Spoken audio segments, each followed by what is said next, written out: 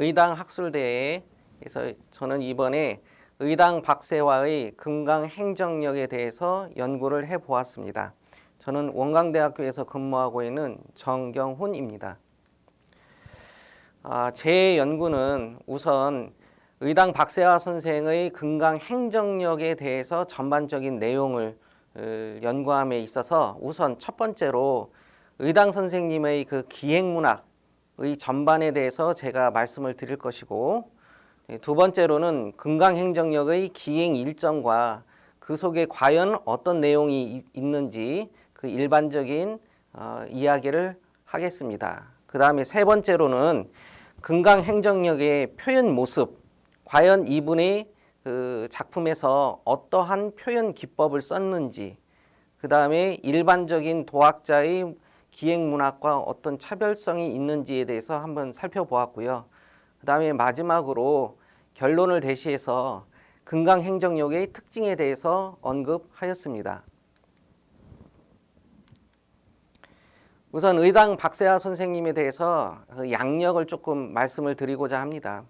이분은 아주 독특하게 1834년 경상남도 고흥군 남흥리에서 출생을 하였습니다. 우리나라의 현재 한문학사에 보면은 구한 말에 문인이나 학자들에 대한 연구가 대체적으로 남한 중심으로 이루어져 있지만, 이분이 태어난 곳은 함경남도, 그러니까 굉장히 그 이북이죠. 현재 이북 지역에서 태어나셔가지고 점점 밑으로 내려오는 그런 양상을 보이고 있거든요. 그 다음에 이분은 23세 때 매상 혼지필의 문인인 사연 이지용에게 수학했다는 그 내용이 그 연보에 나타나 있습니다. 그 다음에 이분이 44세 때 1877년이 되겠죠. 함경남도 안변 용동이라는 곳으로 이사, 약간 좀 밑에 있습니다. 이분이 태어났던 고흥리보다도 약간 밑쪽인데 안변으로 이사를 했는데, 여기서 중요한 분을 한 분을 만나십니다. 누구였냐면은 그때 당시에 청나라로 사신까지 사행으로 갔다 오신 안변무사 품산 김지견이란 분을 만났는데, 이분으로부터 당시의 세계에 돌아가는 여러 가지 모습이나 또는 의당이라는 호를 직접 김지견으로부터 받게 됩니다. 그리고 1880년 47세의 나이로 강원도 해안군에 있는 천동으로 이주를 하는데, 이때에 바로 본격적으로 남하를 하기 시작을 합니다. 그리고 1881년 이듬해에 그 자경록을 저술을 하였고, 그 다음에 금강 행정록도 1881년, 이분이 이제 48세가 되겠죠. 그때 이제 저술을 하게 됩니다. 이분은 86년, 그러니까 53세 때에 바로 제천이란 충북 제천, 의호, 지금으로 얘기하면 의림지가 되겠죠. 이쪽으로 오셔가지고 본격적으로 제천에 정착을 하시게 됩니다. 그 다음에 1895년 아주 중요한 시기인데요. 이분의 62세의 나이, 굉장히 고령의 나이이십니다. 지금도 뭐 적지 않은 나이지만 과거에서는 62세면은 굉장히 고령의 나이에 제천 장선리에서 화서학파의 아주 대표적인 적전제자인 의암 유인석과 본격적으로 교류를 하시게 됩니다. 그리고 1896년 이때 의병이, 제천 의병이 일어나죠. 이때 문인 윤흥성과 그 다음에 유언필, 그 다음에 광명근 등을 제천 의병 진영으로 보내가지고 지원을 하게끔 했고, 당신 본인도 유인석 그 진에 가서 위로를 하시기도 합니다. 그 다음에 1898년 65세의 나이에 현재의 그 월악산에 있는 용화동 그쪽으로 이주를 하셔가지고 그곳에 있는 곳 9곳을 설정을 하셔가지고 용화 9곡을 명명하셨고, 그곳에서 이제 제자들을 양성하는데 바로 용화영당이라는 것을 창건하게 됩니다. 그 다음에 1904년 71세 연세에 굉장한 고령이시죠. 이때 이분의 모든 사상과 저술이 집약됐다고 당신 스스로 말씀을 하신 계산문대가 이때 당시에 저술이 되고요. 그 다음에 우암의 자치가 있는 화양동에서 광해를 하게 됩니다. 그리고 이듬해에 72세의 그 높은 연세에 월악산에서 의병을 거병하고자 모의를 하는 도중에 일본군에게 피체가 되어서 8개월 동안 조선헌병사령부에 투옥을 하시게 됩니다. 그 다음에 그 이듬해에 투옥에서 풀려나시자 1909년 제천을 떠나 충북 음성군에 있는 만생산 창동이라는 곳을 이주를 하셨는데, 여기에 이주하시고 그 이듬해 경술구치가 일어나자 23일 동안 전립, 즉 모든 먹는 것을 끊고 거기서 죽음을 맞이하게 됩니다. 자, 이분에 대해서 대략적인 그 생애를 살펴보았고요. 첫 번째 주제인 이분의 기행문학에 대해서 전반적인 모습을 말씀드리고자 합니다. 이분의 작품을 보면은 한 가지 특징이 있습니다. 뭐가 있냐면은 이분의 기행은 거의 대부분이 산, 그 다음에 계곡으로 이루어져 있습니다. 산도 이분의 작품 속에 등장하는 상은 대체적으로 말년에 지은 오락산 주제의 그 작품들이 많이 있습니다. 우선 산을 주제로 한 작품들을 살펴보면은 첫 번째 금강산을 주제로 한 작품들은 여기 보시는 것과 같이 금강행정역, 그 다음에 입, 금강, 출, 동해, 귀로, 작, 이 작품도 역시 금강산 행정록 안에 이 작품이 두 구절이 나오는데, 요 작품이 나중에 시권에 이제 수록되어 있습니다. 그 다음에 월악산을 소재로 한 작품들은 너무나 무수히 많습니다. 월악산 중에서도 구체적으로 불억산이나 대미산이나 또는 월악산을 소재로 한 월악산기 등등 상당히 많은 작품들이 보이고요. 그 다음에 이분이 제천에 오시기 전에 잠시 태백산을 들리셨는데, 이 태백산에서 등태백산이라는 한시 작품을 남기시기도 하셨습니다. 그 다음에 바로 제천 위에 보면은 그 원주라는 데가 있죠. 그 원주의 치악산을 소재로 한 치악산이라는 시도 있고요. 그 다음에 기타 서운산이라든지 만수산이라든지 그 다음에 칠성산이라든지 등등의 작품들이 보이지만, 이 작품들은 대체적으로 그 제천 주변에 있는 산을 소재로 쓰신 작품들입니다. 그 다음에 이분의 기행문학의 약 한 50% 이상이 이 계곡을 소재로 한 작품들이 많습니다. 그 중에서도 어느 계곡이냐고 말씀을 드린다면은 바로 그 월악산 용화동에 있는 그 용화구곡을 소재로 한 작품들이 여기 제시한 것처럼 수많은 작품들이 있습니다. 제가 이전에 박세화라는 이분을 대상으로 한 그 저서가 있는데, 이 저서에 제가 한 20편 가까운 시를 번역해서 실은 적이 있습니다. 여기 소개해 놓은 이 시와 그 다음에 기문의 그 자세한 번역은 그 저서에 좀 많이 수록을 해놨는데요. 이분이 왜 그 용화구곡에 대한 작품이 많은가라고 만약에 질의를 하신다면은, 이분이 말년에 제천에서 의당학파를 본격적으로 이제 개창을 하십니다.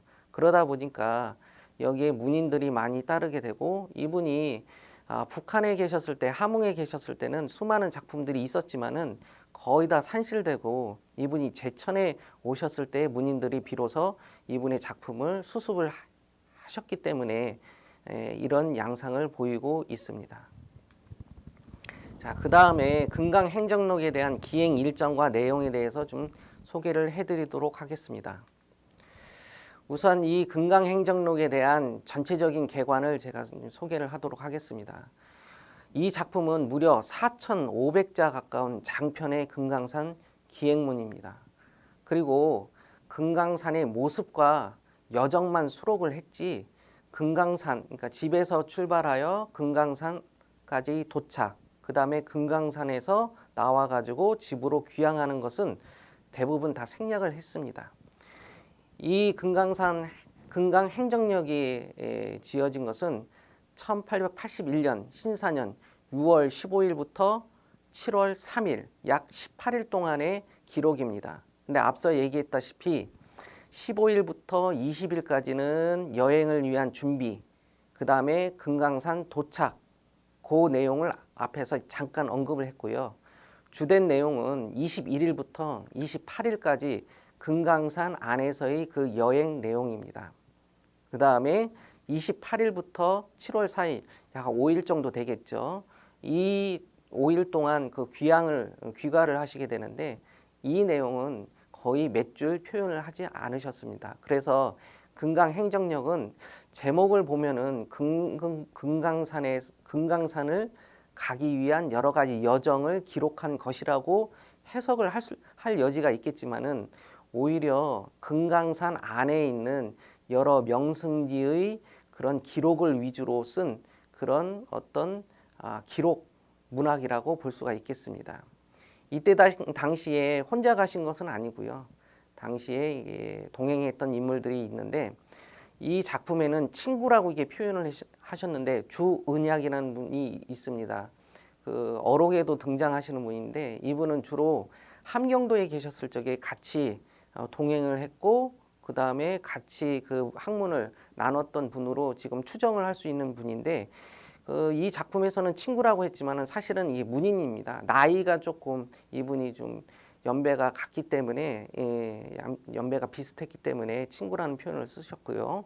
그 다음에 조흠룡이라는 분, 그 다음에 박흥념이라는 분, 그 다음에 이문흠이라는 분은 나중에 강원도로 내려오셨을 적에 같이 동행을 했던 분이고요. 그 다음에 시동, 이를 도와줄 그 시동 이렇게 동행인으로 되어 있습니다.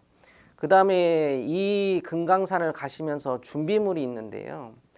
보통 준비물 하면은 여러 가지 예를 들어 음식이라든지 아니면 풍류를 위해서 만약에 금강산을 가셨다면은 악기라든지 이런 거를 준비하실 것 같은데 이분은 도학자답게 준비물이 종이, 큰 종이, 두루마리 종이 2장, 그 다음에 작은 두루마리 종이 3장, 그 다음에 큰 붓, 작은 붓, 그 다음에 진연묵, 즉 묵 종류의 하나죠. 먹묵, 묵, 그 다음에 약간의 소지물을 준비를 해가지고 가신 겁니다. 준비물을 보면은 굉장히 간단하죠. 그래서 시동이 한 사람밖에 없었던 겁니다.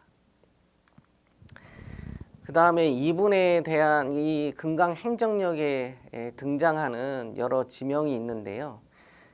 이 지명을 보면은 대체적으로 이분이 가신 곳도 있고 아니면 먼 곳에서 보고 기록한 부분도 있습니다. 근데 이분의 여정을 보면은 대개 21일 첫째 날 지명이 가장 많이 등장하고 있습니다.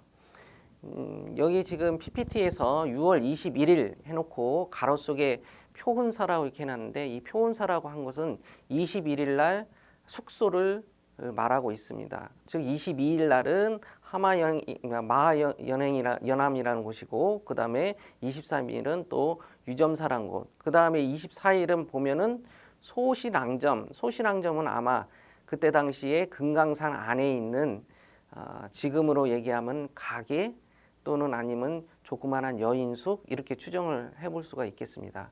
그래서 이분이 주로 거처했던 것은 금강산 안에 있는 조그만한 여인숙 아니면 다 절이었습니다. 그래서 21일 날은 여기에 나온 것처럼 장안사, 옥경대, 업경대, 그 다음에 옥구대, 그 다음에 추담, 귀담, 영원암, 망군대, 도소람, 망군대, 그 다음에 수련동, 그 다음에 장안사, 백화암, 표운사, 정양사 이런 순서로 일정을 잡아서 유람을 하셨고요. 그 다음에 그 다음 날은 정양사를 시작을 해가지고 흑룡, 비파, 벽파, 진주 주로 물가 담소를 말하고 있는데요. 그 다음에 선담, 활용 이런 곳을 또 유람을 하셨고요.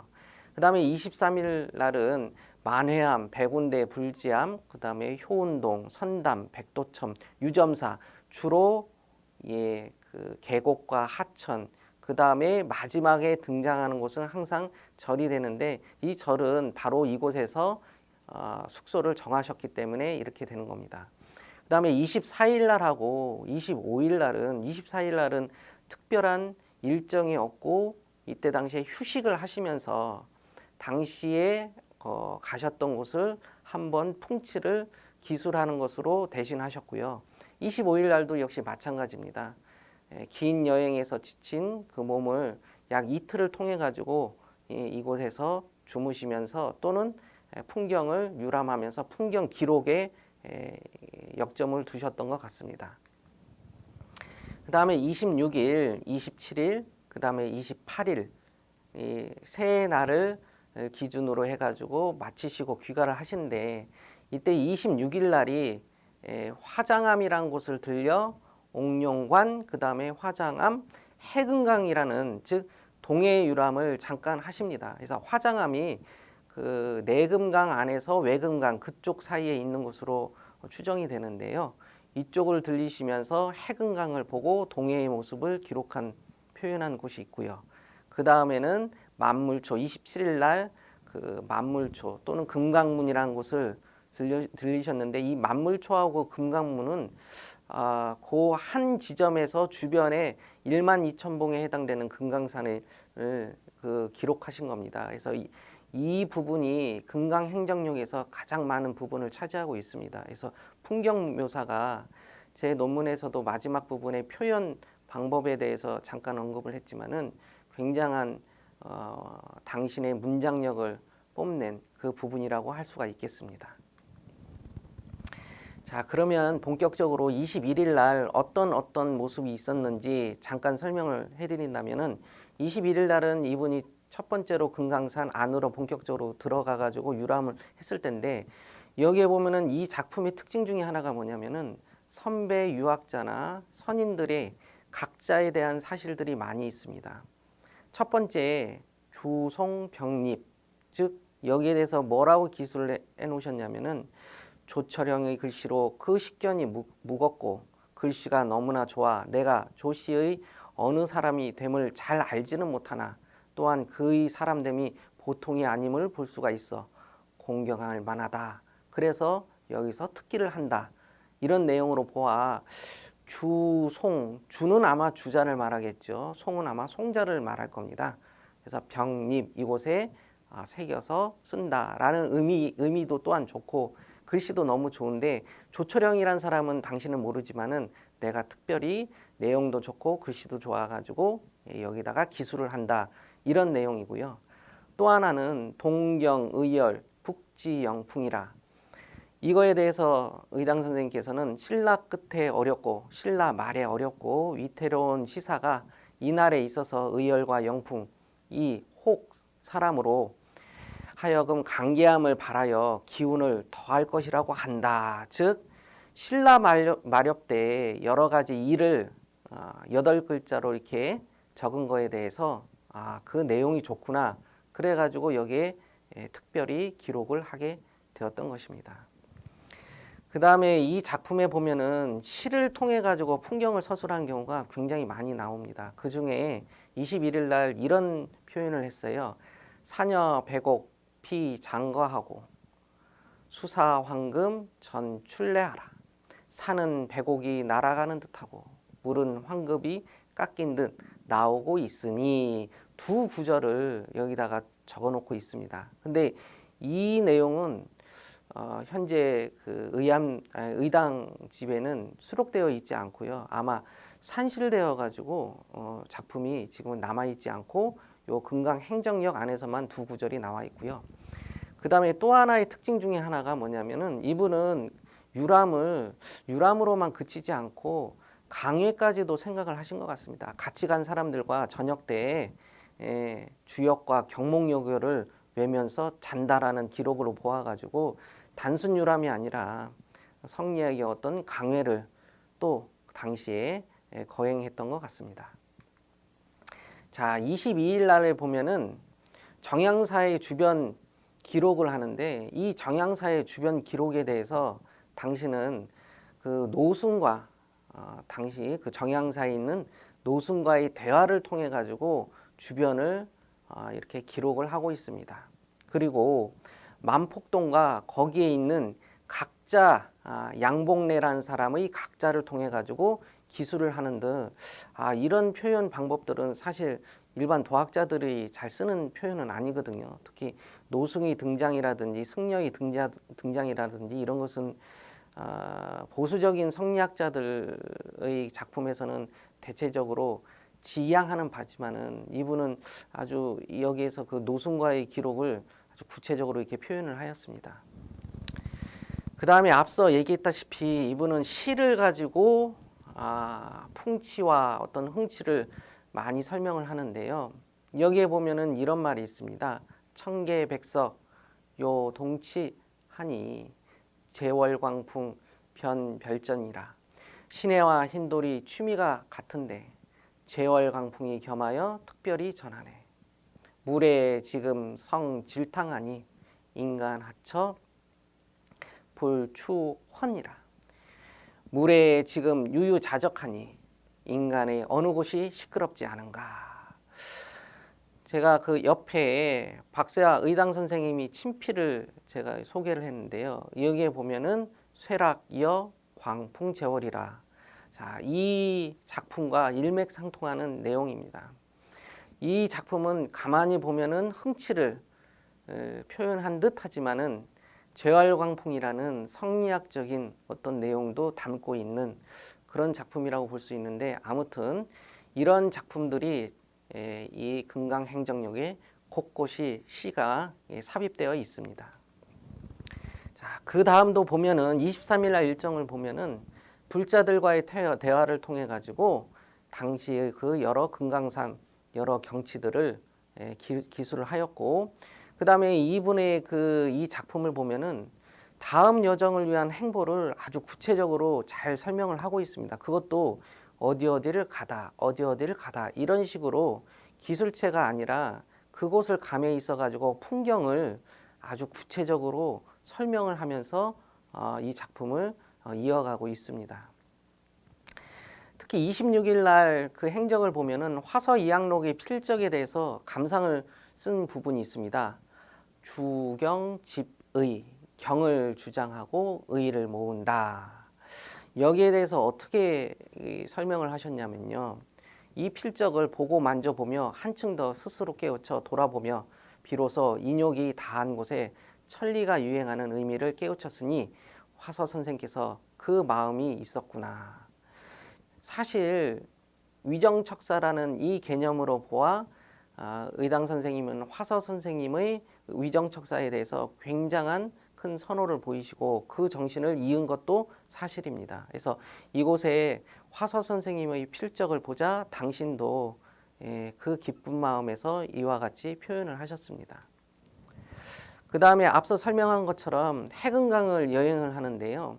이분의 그 작품 중에 강을 소재로 한 작품이 거의 없습니다. 근데 유일하게 그 금강행정록에 보면은 해금강 여행에 대해서 잠시 기술을 하고 있는데, 거기에 대해서 좀 제가 읽어보도록 하겠습니다. 화장암으로 돌아가 점심 식사를 하고 난간에 기대어 앞과 좌우의 삼면을 보니 봉우리와 돌마다 참으로 기절하여, 기절이란 것은 굉장히 기이하고 아주 멋지고, 또 동해가 하늘을 접하여 면전에 있어 푸르고 아득하여 끝이 없어 안개가 매우 좋았다. 노승은 여기를 해금강이라고 말하였다라고 이렇게 기술을 하고 있습니다. 사진에서 저 멀리 바라보고 있는 곳이 바로 그 해금강이 되겠습니다. 자, 그 다음에 27일 날 보면은 이 금강행정록에서 가장 많은 분량을 차지한 만물초, 신만물초, 구만물초에 대한 감상이 형형색색으로 그 기묘함이 비록 흐르는 물처럼 말을 잘하는 입이라도 말로 다 표현하기 어렵고, 화공신수 즉 뛰어난 그 화공이라도 붓으로 다 그려내기 어렵다라는 표현처럼 장문에 걸쳐 가지고 기술을 하고 있습니다. 그리고 의당집 권일의 금강산이라는 그 시가 한 편이 있는데요. 이 시가 바로 이때 당시에 지어진 작품입니다. 그래서 금강행정록 안에 이 시가 있는데요. 한번 보도록 하겠습니다. 진도 생 석석하니 12,000봉이라. 그림과 그림이 돌과 돌에 다 생기니 바로 12,000봉일세. 진력 경천입하니 힘을 다하여 하늘을 받들고 서서 있으니 백운제 천하라. 흰 구름이 아래에 따름이 있네. 자, 이 작품은 금강산 전체를 아마 묘사한 것인데 아마도 이 만물초, 신구 만물초 안에서 지어진 작품이라고 볼 수가 있습니다.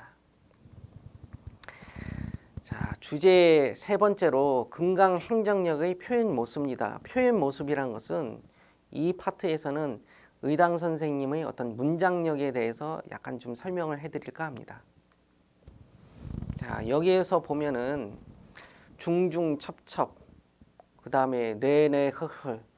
자, 이와 같이 두 글자를 중첩하여서 쓰는 이런 모습들은 대체적으로 도학자들이 쓰는 표현이 아니라 문장가들이 쓰는 표현인데 이와 같은 표현들이 곳곳에 보입니다. 그 다음에 거기에 녹색으로 이렇게 표현한 그 밑줄을 그은 부분을 보면은 용면 신수 기 발발이라.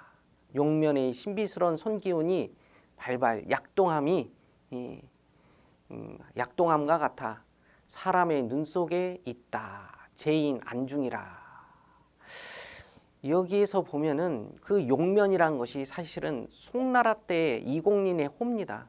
이공린이 늙어서 용면산 산장에 거처하면서 날마다 용면산을 그렸다고 하는데 이 뜻과도 약간 중첩된 부분이 있습니다. 그래서 이 고사를 가지고 쓰신 것 같으신데 이와 같은 표현력을 보아가지고 이거는 문인들이 주로 쓰는 표현이거든요. 문장가들이. 그래서 이런 그 표현 기법을 살필 수가 있고요. 그 다음에 보면은 도세, 그 다음에 초수, 그 다음에 압제, 담상 이러한 같은 표현들로 보아가지고 잠깐 읽어보도록 하겠습니다. 두어리쯤 들어가니 한 폭포수가 물을 쳐서 모두 부스러져. 부스러져 이 표현을 위와 같이 이렇게 썼고요. 그 다음에 가루가 되어 흰 눈처럼 뿜어 공중에 날려 옷을 모두 적셨다. 그 다음에 여기에 보면은 또 한 큰 바위가 연못 위에 눌러 있어. 이 표현을 위와 같이 압제 단상 이런 표현을 쓴 것으로 보아 굉장히 문사, 족구, 어사에 있어서 굉장한 많은 공력을 들였구나라는 표현을 제가 여기서 말씀드릴 수가 있겠습니다. 자, 여기서도 보면은 이 문장에 보면은 보라색 표현을 보면은 다 짝으로 이렇게 짓는 예를 들어 불지 이런 언에 대해서 말을 할 수가 있는가 없는가 라는 거의 표현에 대해서 이렇게 표현을 했고요. 그 다음에 노란색 부분도 보면은 거기에 반복되어 있는 표현. 그 다음에 녹색 표현을 보면은 대체적으로 반복과 그 다음에 주자의 어록체를 가지고 쓰는 이런 현상, 이런 부분으로 보아가지고 이분은 이 글을 씀에 있어서 한 글자라도 허투루 쓰는 부분이 없구나라는 것을 알 수가 있었습니다.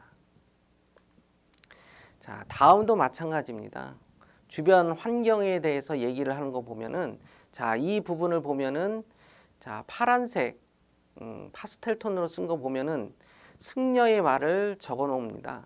노인께서는 어찌 석가열애가 천축 보존해서 설법하고 모든 보살과 나한들이 가사를 읽고 염지를 돌리며 강법과 예불을 함과 같다고 하지 않습니까? 라고 이렇게 질문을 한 부분에 대해서 거기에 보면은 이런 말을 합니다.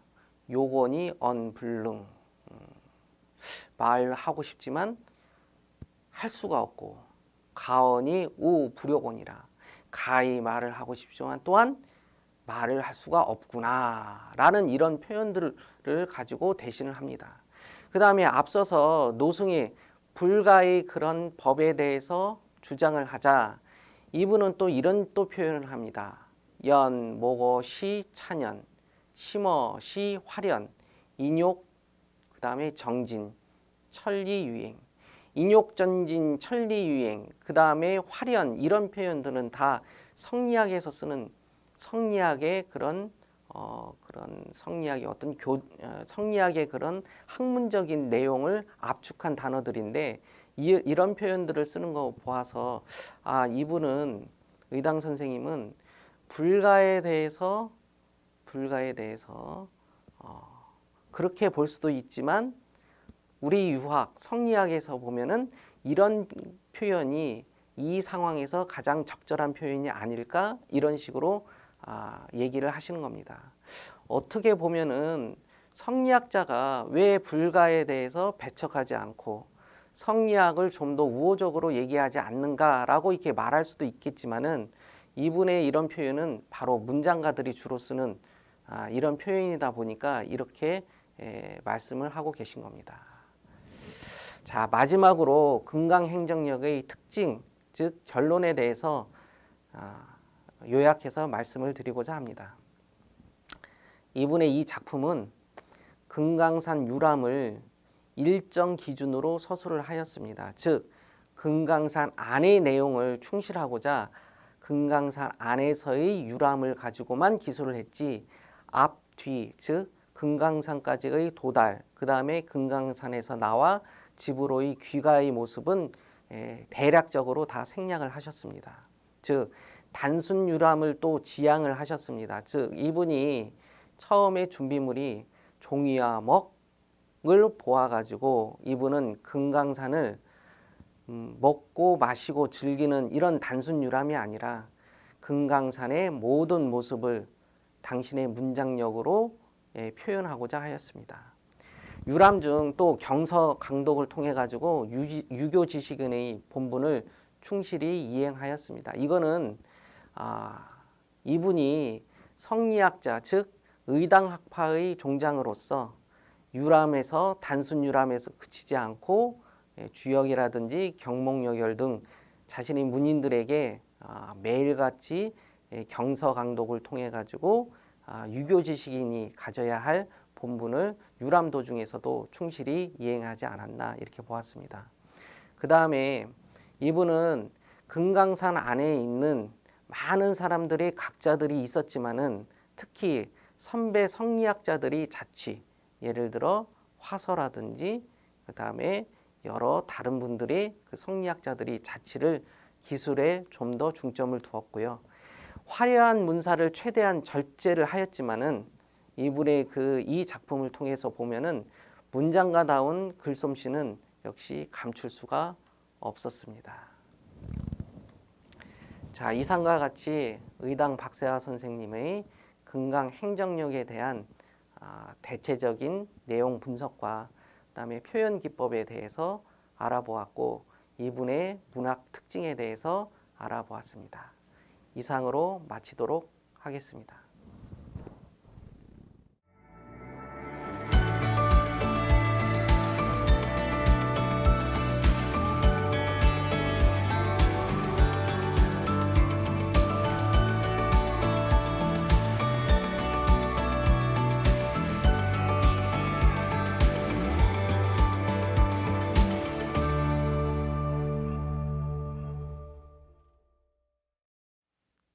네, 의당 박세화의 금강행정역 연구에 대한 토론을 맡은 충남대학교 신유한입니다.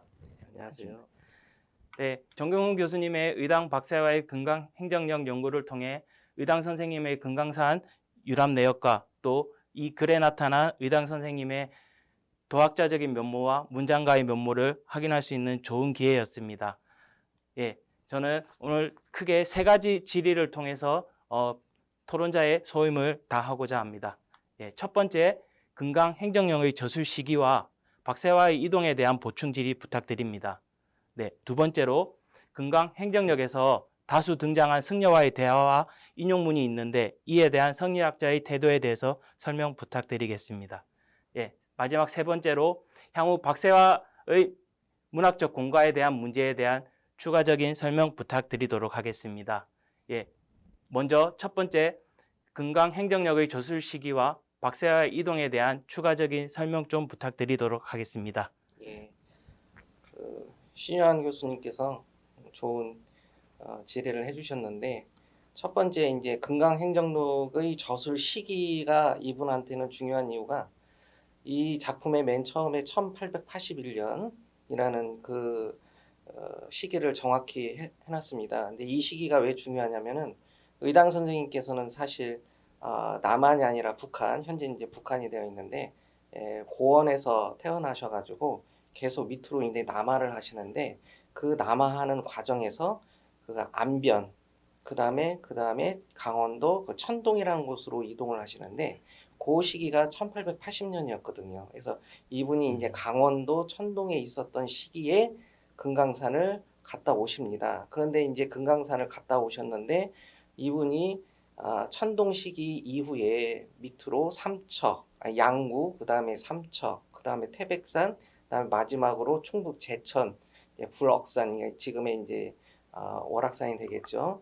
밑으로 내려오시면서 더 이상은 이제 금강산에 대한 여행이라든지 유람을 할 수 있는 기회가 없고 이번 이 금강 행정록이 이분에게 있어서는 금강산 유람의 첫 번째이자 이제 마지막이 되는 굉장히 중요한 작품입니다. 그 다음에 이분의 문집에 보면은 금강산을 소재로 한 한시와 그 다음에 산문 작품이 있는데 그 작품도 바로 이 시기에 다 지어진 지어진 것이고 그래서 이 작품이 중요하고 그 다음에 또 하나 있어요. 뭐냐면 의당 선생님이 늦은 연세에 제천에 내려오셔가지고 의당학파를 이제 결성을 하게 되시는데 그 의당학파를 결성하기 이전에는 주로 북한, 지금의 이제 북한 지역이 되겠죠.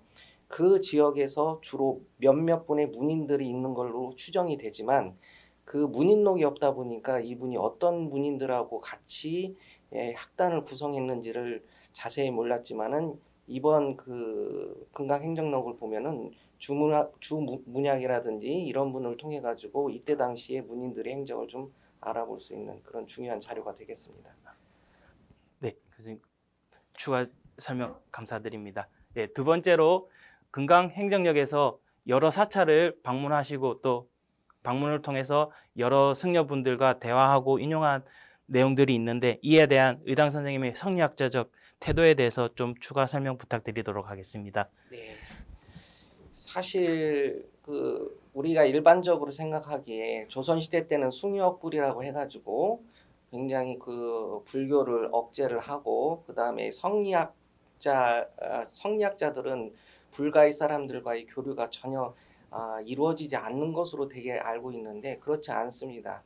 우암 송시열 선생 같은 경우에도 송자대전에 보면은 승려와의 그 문답으로 인해 가지고 형성된 작품들이 굉장히 많이 보이거든요. 그 다음에 또 뭐 우암뿐만이 아니라 그 밑에 농암이라든지 이런 분들도 역시 마찬가지인데 여기에 보면 승려와의 대화가 많이 나옵니다. 근데 그 나온 것이 어떤 불가에 대한 교리의 이해를 위해서가 아니라 승려의 말을 통해 가지고 금강산의 풍경에 대해서 대신 그거를 이제 요약해서 정리하고자 승려의 말들을 많이 인용을 하고 있습니다. 근데 여기에 보면은 그 성리학적인 태도라고 이렇게 질문을 하셨는데 여기에 이 금강행정록에는 승려와의 대화는 많을지언정 불가에 대한 어떤 교리 해석은 거의 나타나 있지 않고요. 우리 이제 마지막 부분에 보면은 천리의 유행이나 이런 그 언급으로 보아가지고 오히려 그 불가의 그 승려들과의 대화를 통해 가지고 오히려 성리학자적인 그런 어떤 교리 해석에 좀 더 좀 강화를 두신 게 아닌가 이렇게 좀 생각하고 있습니다. 네, 감사합니다.